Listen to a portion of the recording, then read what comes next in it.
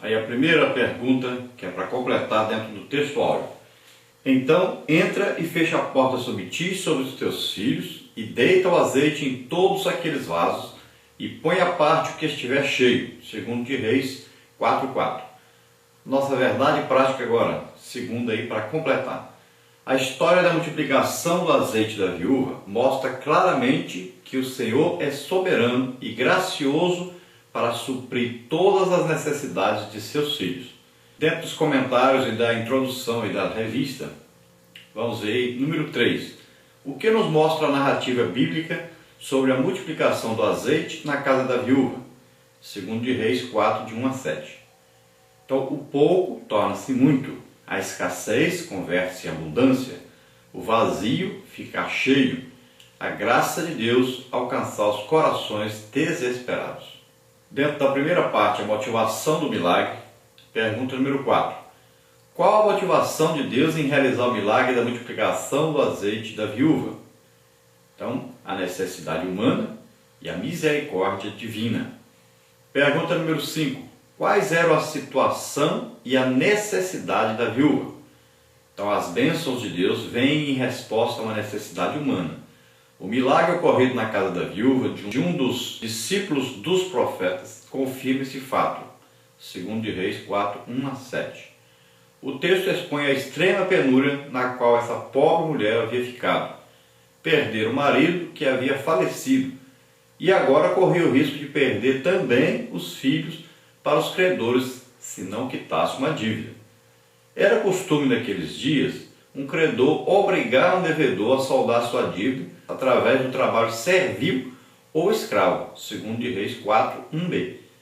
Essa mulher, portanto, necessitava urgentemente que alguma coisa fosse feita para tirá-la daquela situação.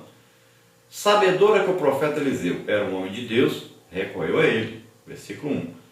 A Escritura mostra que o Senhor socorre o necessitado. Salmos 40, 17, 69, 33, Isaías 25, 4 e Jeremias 20, 13.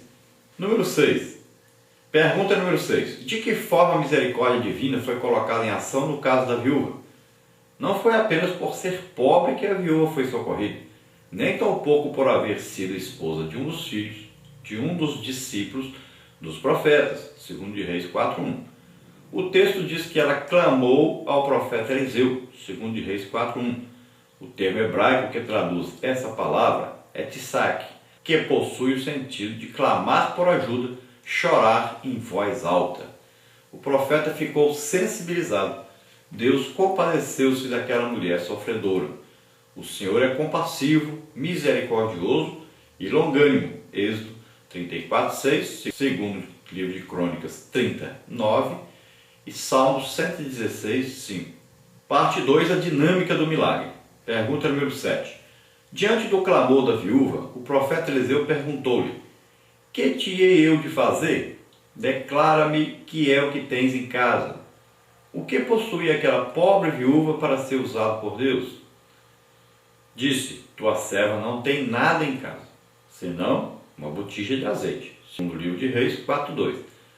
O milagre acontece na esfera familiar, que tens em casa. O lar e a família são importantes para Deus. Um pouquinho pode tornar-se muito se vem com a bênção de Deus. O texto hebraico destaca que a porção de azeite da mulher era tão minguada que ela quase esqueceu que o possuía. Foi esse pouco que o Senhor usou para operar o grande milagre. O que possuímos pode ser bem pouco, mas é suficiente para Deus operar os seus propósitos. Pergunta número 8. Que tipo de fé possuía aquela pobre mulher viúva? Então, a instrução dada pelo profeta Eliseu para solucionar o problema da viúva é bastante reveladora sobre a dinâmica desse milagre, segundo o livro de Reis 4, de 3 a 5. Num primeiro momento, o profeta chamou a mulher à ação. Vai, pede para ti vasos emprestados. A fé é demonstrada pela ação, Tiago 2,17. Jesus também viu a fé do paralítico e dos homens que o conduziram em Cafarnaum, Marcos 2, de 1 a 12. Em segundo lugar, o milagre deveria acontecer de portas fechadas. Fecha a porta, disse o profeta. A mulher obedeceu ao profeta e o azeite começou a fluir. e assim pôde ela salvar os filhos, pagar as dívidas e viver dignamente. É possível que uma das causas da escassez de milagres hoje esteja na publicidade desenfreada. Deus quer privacidade, mas os homens gostam de notoriedade. Gostam de aparecer e vangloriar-se, Lucas 12:15. Deixam a porta aberta para serem vistos. Parte 3. Os instrumentos do milagre. Pergunta número 9. De que maneira um instrumento humano é usado por Deus no milagre da multiplicação do azeite? Por várias vezes no livro 2 de Reis, o profeta Eliseu é chamado de homem de Deus. 2 de Reis 4, 7, versículo 9, versículo 16 e capítulo 6, versículo 9. Sem dúvida, esses textos demonstram que Eliseu era um instrumento de Deus para a operação de milagres. Deus usa homens. Esse é um fato fartamente demonstrado na Bíblia. Para formar uma nação e através dela revelar seu plano de salvação à humanidade, o Senhor chamou Abraão, Gênesis 12. Para tirar os israelitas do Egito, Deus usou Moisés, Êxodos 4, de 1 a 17. Para levar a mensagem do Evangelho aos gentios, o Senhor usou a Pedro, Atos 10 a 11. Deus também chamou a Paulo para ser o instrumento escolhido para levar seu nome perante os nobres. Para salvar-nos, Deus humanizou-se na pessoa bendita de Jesus Cristo. João 1:1, versículo também 18, e Filipenses 2, de 1 a 11. Para a obra missionária de Deus, Ele conta com você. Mateus 28:19. Pergunta número 10. De que maneira Deus usa a sua palavra como instrumento divino para seus milagres? Então, quando uma grande fome assolava Samaria, o profeta Eliseu profetizou abundância de alimentos. Então disse Eliseu: ouvi a palavra do Senhor, assim diz o Senhor. Amanhã, quase a este tempo, uma medida de farinha haverá por um ciclo e 2 medidas de cevada por um ciclo à porta de Samaria, segundo o livro de Reis 7:1. O cumprimento dessa profecia parecia pouco provável naqueles dias, a ponto de o capitão, em cujo braço o rei se apoiava, haver ironizado. Ainda que o Senhor fizesse janelas no céu, poder-se-ia fazer isso? Segundo o livro de Reis 7:2. Mas a profecia cumpriu-se exatamente como Eliseu havia predito, segundo o livro de Reis 7, de 16 a 20. O texto põe a palavra do Senhor como agente causador do milagre. O cronista observa que esses fatos ocorreram segundo a palavra do Senhor, segundo o livro de Reis 7:16. O que o Senhor faz, Ele o faz através de sua palavra. Parte 4. O objetivo do milagre. Número 11. Qual a resposta divina ao sofrimento do justo?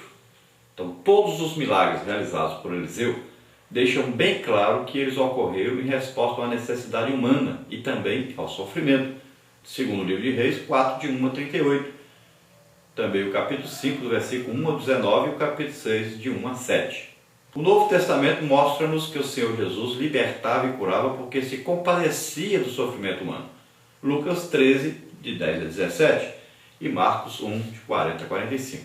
Pergunta número 12. De que maneira os milagres podem glorificar a Deus? Os milagres não se centralizam no homem, mas em Deus. Os milagres narrados nas Escrituras objetivam a glória de Deus. Em nenhum momento encontramos os profetas buscando chamar a atenção para si através dos milagres que realizavam, nem tirar proveito deles. Em o Novo Testamento, observamos Pedro e Paulo pondo em destaque esse fato e mostrando que Deus, e não os homens, é quem deve ser glorificado. Atos 3, 8 e 12, 14, 14 e 15. Pergunta número 13. Quem tentou tirar proveito de milagres para beneficiar-se de forma indevida? Qual o resultado disso?